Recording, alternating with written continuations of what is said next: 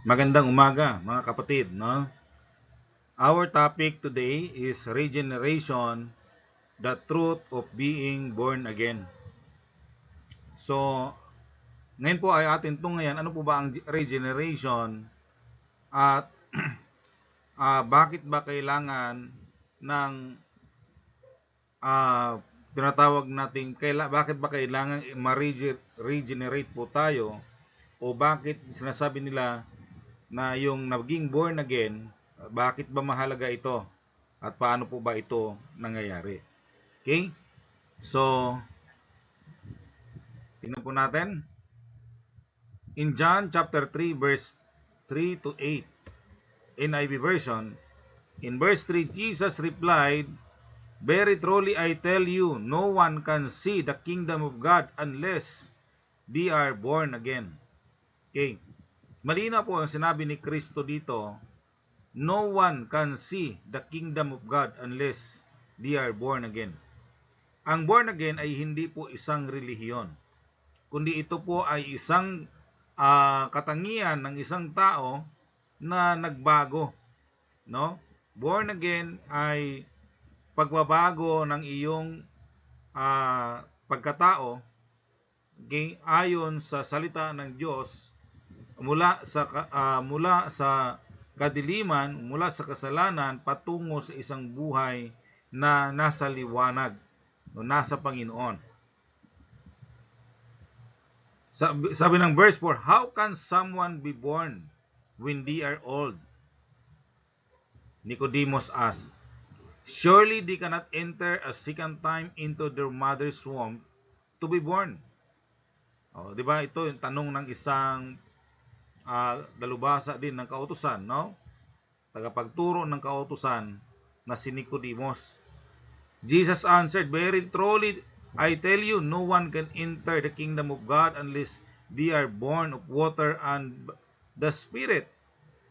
Flesh gives birth to flesh, but the Spirit gives birth to spirit. Okay? You should not be surprised by my saying, you must be born again. Verse 8, the wind blows wherever it pleases. You hear its sound, but you cannot tell where it comes from or where it is going. So it is with everyone born of spirit. Now, itong dalubhasa ng isang tagapagturo ng kautusan sa Nicodemus ay nagtatanong sa Panginoon, di ba? Na paano po ba maging born again? O paano ba maisilang muli ang isang tao? Babalik pa ba siya dun sa tiyan ng nanay niya? Siyempre, hindi naman ganon. Hindi naman literal na ipanganak ka ulit, 'di ba?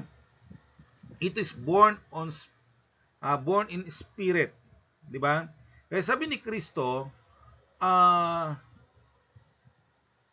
sabi niya, very truly I tell you, no one can enter the kingdom of God unless they are born of water and the Spirit.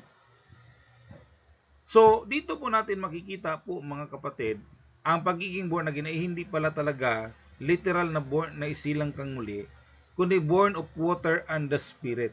Sabi nga niya, flesh gives birth to flesh. So, pinanganak ka ng nanay mo, flesh yun eh. Okay, ngayon, ano po yung pinanganak sa tubig at sa espiritu, hindi ka rin po lalabas doon sa tubig, kundi ito po yung tinatawag natin na cleansing, no?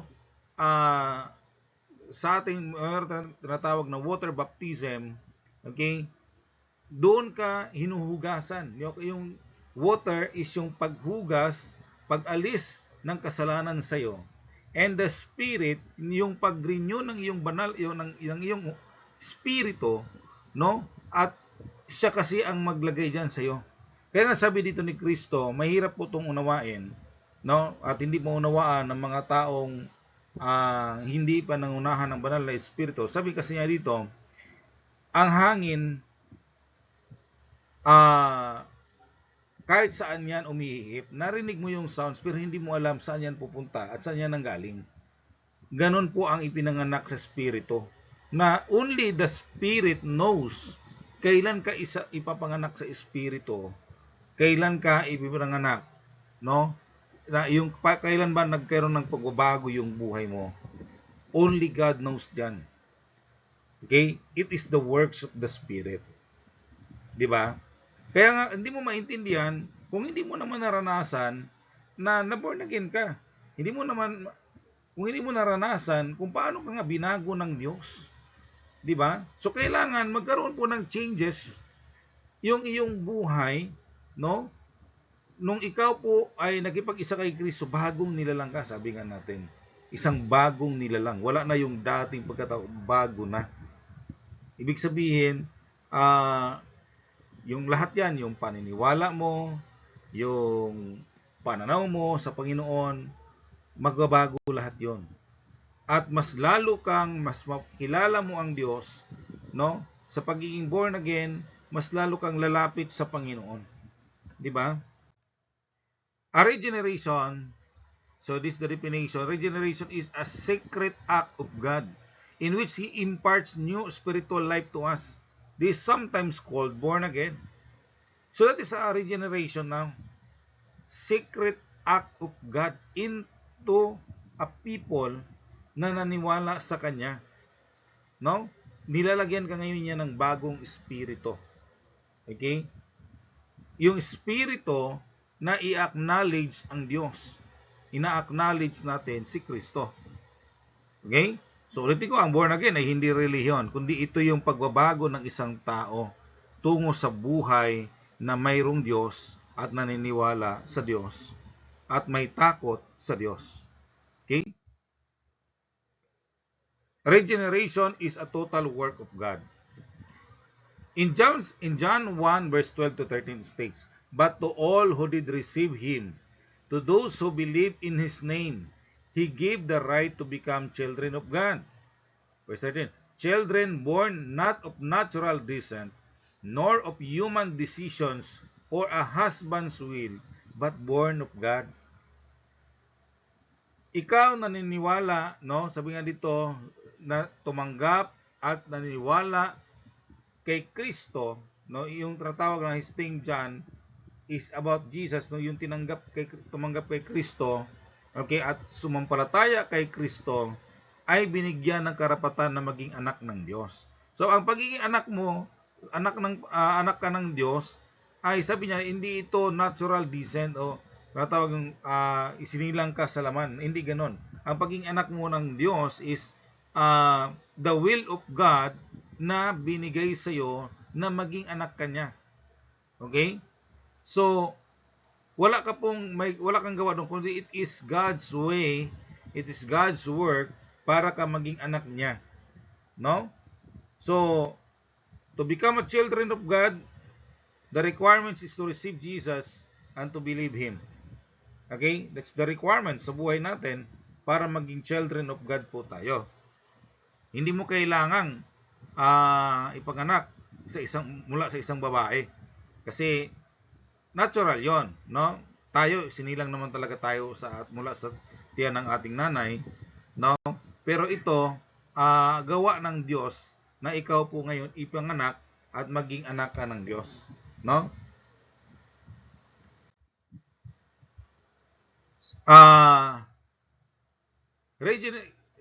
Dapat sabi pa dito, in James 1:18, He chose to give us birth through the word of truth, that we might be kindred, first fruit of all He created. O, di ba? So, ginawa to ng Panginoon, no? He chose to give us birth through the word of truth.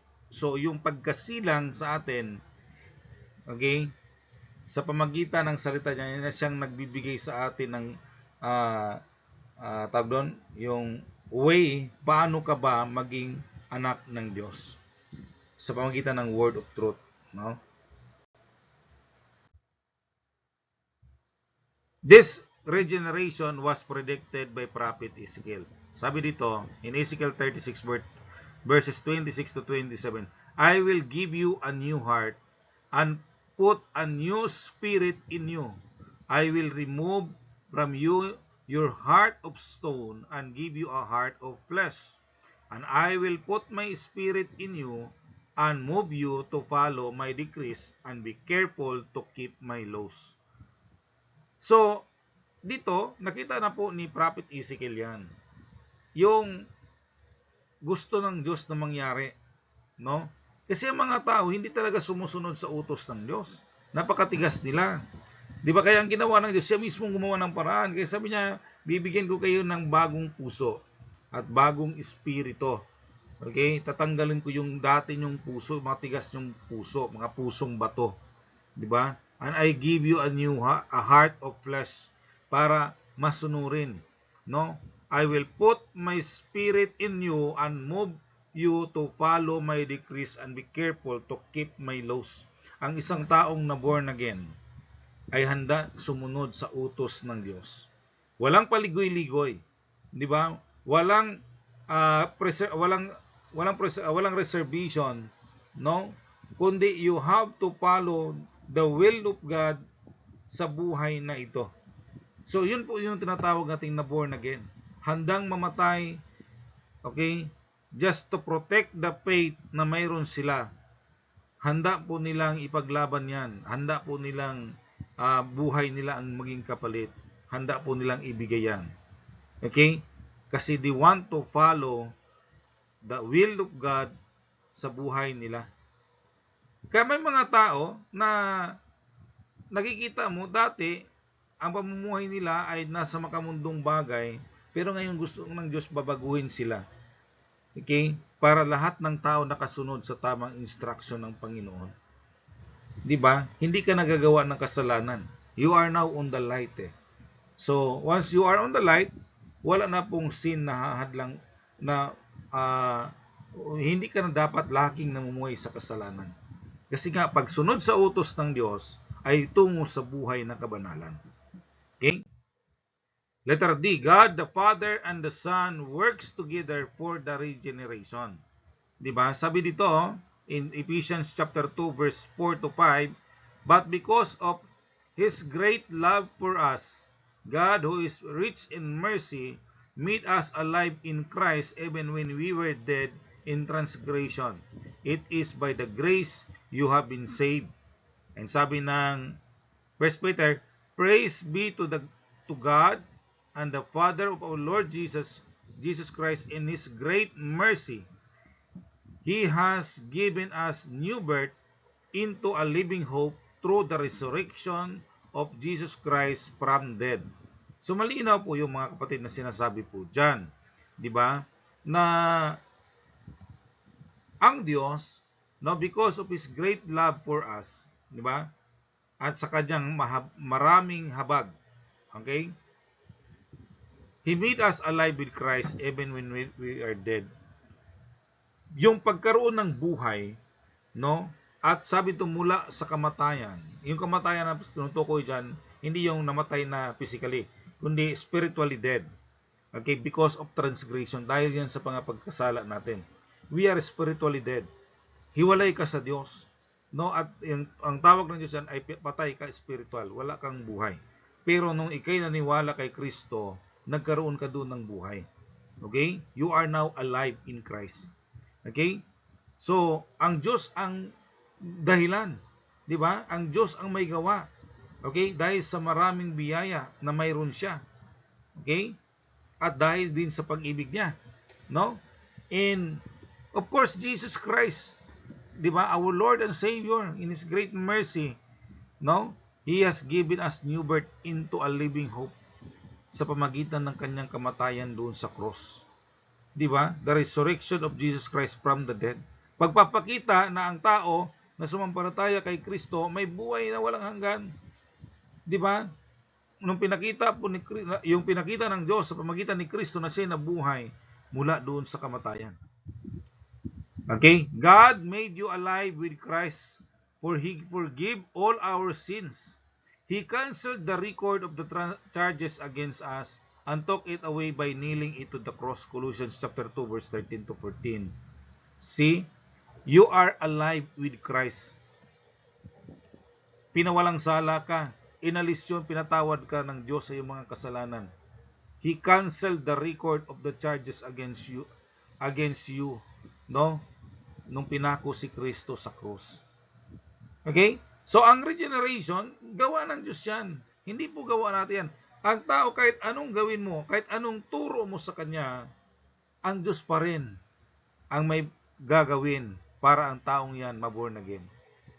Okay? Hindi po natin trabaho na gawing born again ang tao. Ang trabaho po natin ay to share the goodness of God, to share God's blessing, to share who is God is, no? To make God known to the people. Yun po ang trabaho natin. Gusto po natin pakilala sa mga tao, sino po ang Diyos, ano ba ang mayroon sa Diyos, at bakit kailangan sumunod sa Diyos.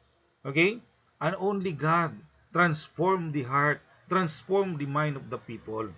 Siya lang po ang may kakayahang gawin yon, no? So, ginawa ng Diyos lahat yan para ang tao makasunod sa kanyang utos. Okay? And of course, the Holy Spirit produces the regeneration. So, the triune God, the Father, the Son, and the Holy Spirit works for the people to become born again, to become a new person. The wind blows wherever it pleases. You hear its sound, but you cannot tell where it comes from or where it is going. So it is with everyone born of the Spirit. Nakita natin John 3:8, binasa na rin natin kanina. Okay, it is the works of the Holy Spirit ay hindi mo maisip, hindi mo mahulaan, kasi nga ginawa na ng Diyos yan eh. No? Siya po ang nakakalam anong pwedeng mangyari at paano mabuhay o magkaroon ng bagong buhay ang taong ito. Okay? But because of sharing the gospel, no? Kasi faith comes from hearing eh. Maniwala sila sa Diyos dahil sa kanilang napakinggan, dahil sa kanilang mga naranasan. Kung hindi may naranasan sila pero hindi nila naiintindihan, hindi nila naunawa, kailangan may magpapaunawa doon. Kaya yun ang tungkulin natin ng mga lingkod ng Diyos para ipaalam sa mga tao ano bang ginawa ng Diyos sa kanila. Okay? So, yun lang muna, no? Yung topic natin, mayroong mga kasunod pa to about regeneration. Okay? So, maraming salamat sa inyong pakikinig, panunood, no, sa ating lesson sa oras po ito. Nawa, lahat po tayo, maborn again lahat, at makasunod tayo sa utos ng ating Panginoon. Let us pray. Father God, marami pong salamat sa oras na ito na kami, Panginoong Diyos, ay binigyan mo ng pagkakataon na maging anak mo. Salamat sa pribilehiyong iyon, O God. Salamat na ikaw ang gumawa ng paraan para kami po ay kabilang sa magiging anak mo, sa pamilya mo, Panginoon. Salamat sa lahat ng bagay na ginawa mo rin sa amin. Ipuin mo ang lahat, Panginoon, at patuloy mong pagbabalain, pagalingin ang may mga karamdaman, O Diyos. Salamat sa pangalan po ng Panginoong Hesukristo. Amen. Okay, so maraming salamat at muli nawa, huwag niyo kalimutan mag-subscribe, okay, like, comments, and share sa ating video lessons. At patuloy po nawa nating subaybayan, no, yung ating pag-aaral ng salita ng Diyos. Okay, online man or face-to-face. Okay, God bless you sa inyong lahat.